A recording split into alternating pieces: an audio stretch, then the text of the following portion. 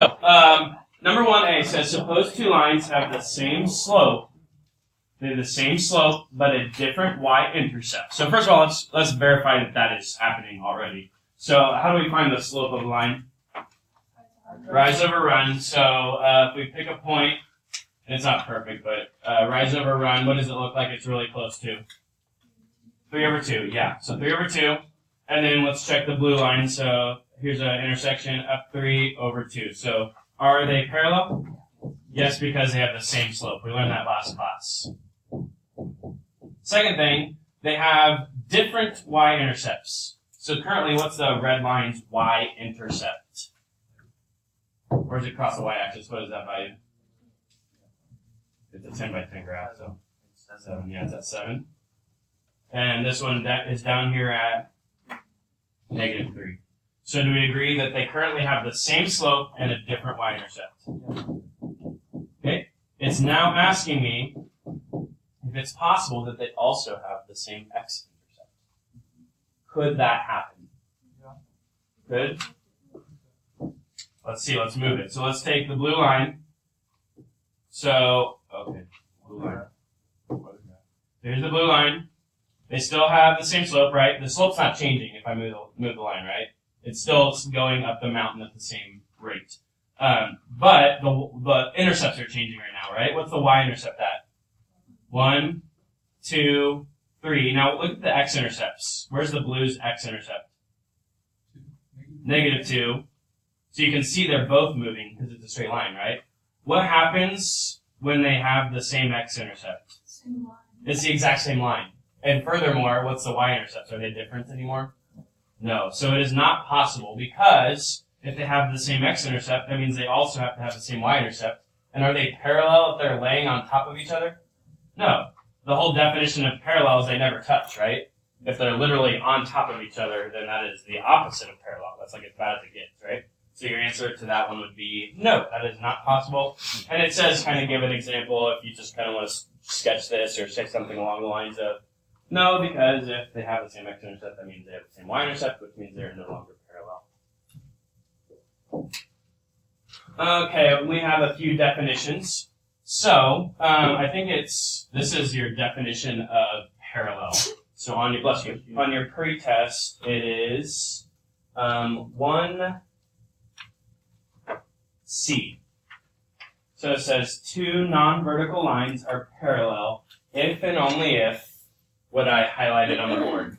They have the same slope and a different y-intercept. Before we do perpendicular, are these lines parallel?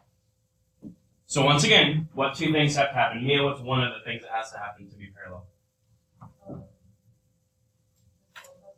Good, same slope. And then, Ryan, what's the other thing that has to happen?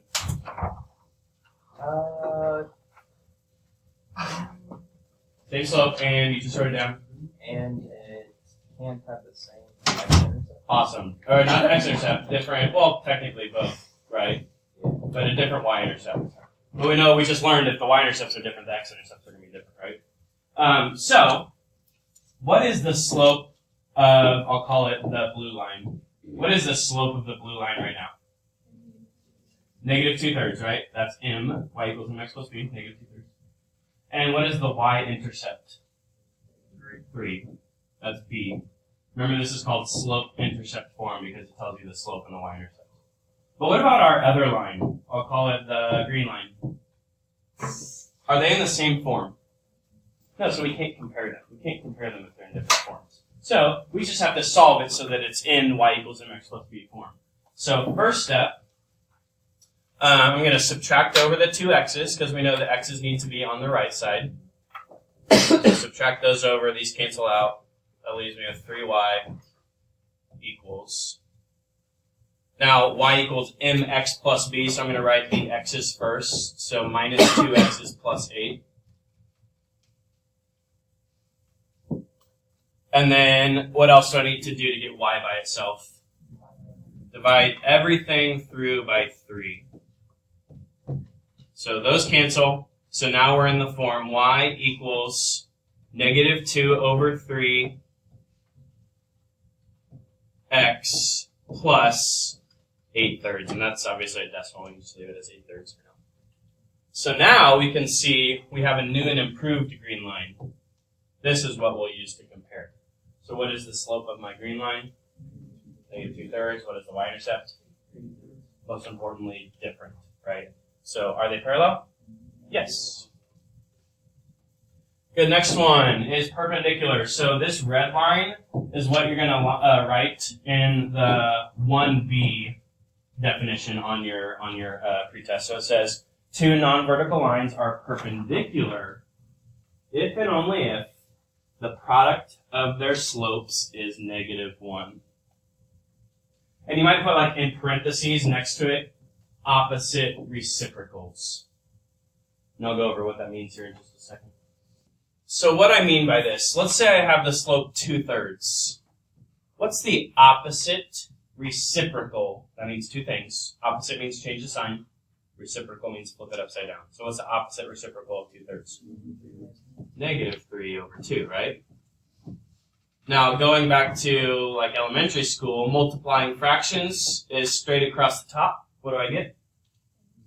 -6 over +6, which is what?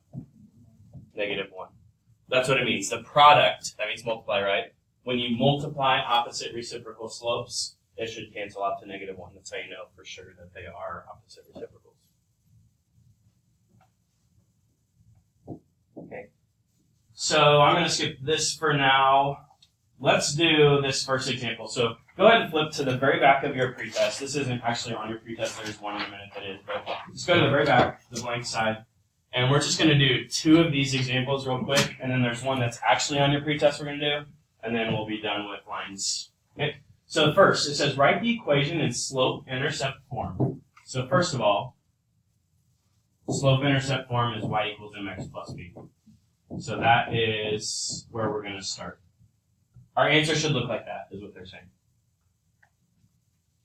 Now, this one, if you remember from Desmo's last class, there was like number 16. The very last slide was one of these. Some of you got it, some of you didn't, but that's kind of what we're going over right now.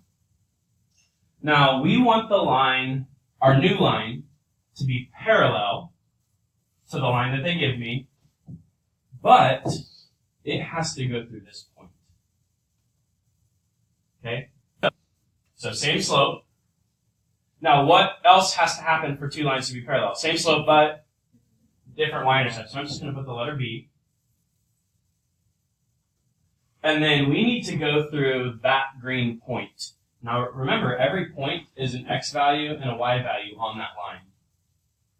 So they're kind of giving you the clues that you need. We need x to be 4, and we need y to be 10.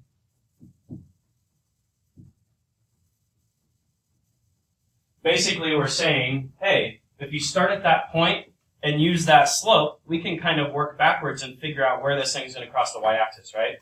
So, now we just have to solve for b. This is the easy part. What's 3 times 4? 12 plus b. Do a little algebra 1, subtract 12 over. What is b? -2. That's why my drawing was a little bit off.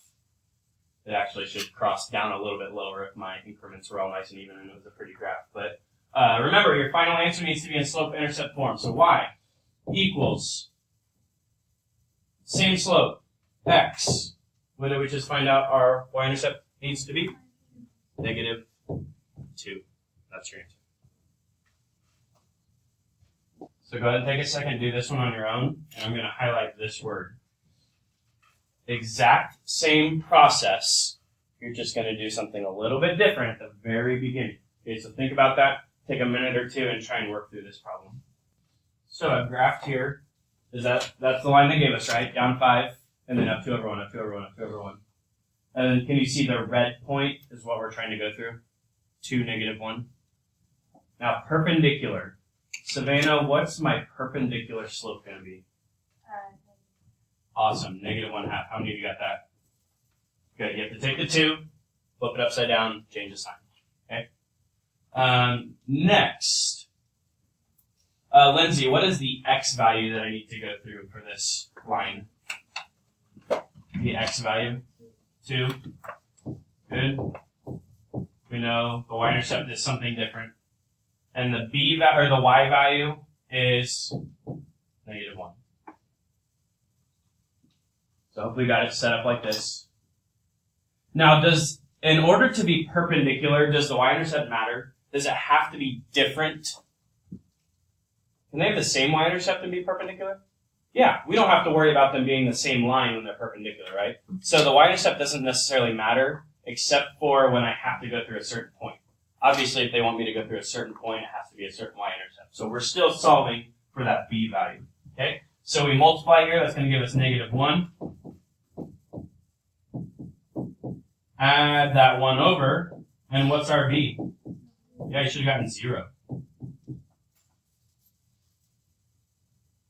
So that's telling us we need to go through the y-axis at 0 in order to be perfectly perpendicular. You guys see how it even looks like it's going to be a right angle there when I draw it in a second? So my final answer is just going to be y equals -1/2 x plus 0, which I don't need to write. So it's just y equals -1/2 x.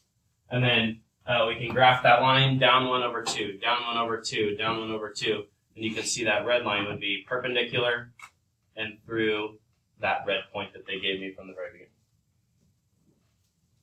Okay, last one for today. This one is actually on your pretest. So I think it's number 4. Double check. Number 4. Is it number 4? Am I crazy? Yeah, it's number 4. So you can just do this right there on your pretest, number 4. Same concept. We're back to parallel again. Go ahead and do this problem. So we solved it for y. Then we're back to parallel. Like I said, so parallel means the slope needs to be the same. So 3/4. X value that I need to go through is 2. That's the x value. We know we need to solve for the y-intercept. And the y value is -3/2. So if you were off track, go ahead and try and get back on track and finish this out. If you can do it mental math-wise and try to do that, if you need to use your calculator, obviously you know that calculator can do fractions, but what's 3/4 times 2? AKA 2 over 1. Yeah, it will, but it's, to start off, it's 6/4, right? Straight across, straight across. And then what do we know 6/4 reduced to? Yeah, divide by 2, divide by 2. So it is going to end up being 3 over 2.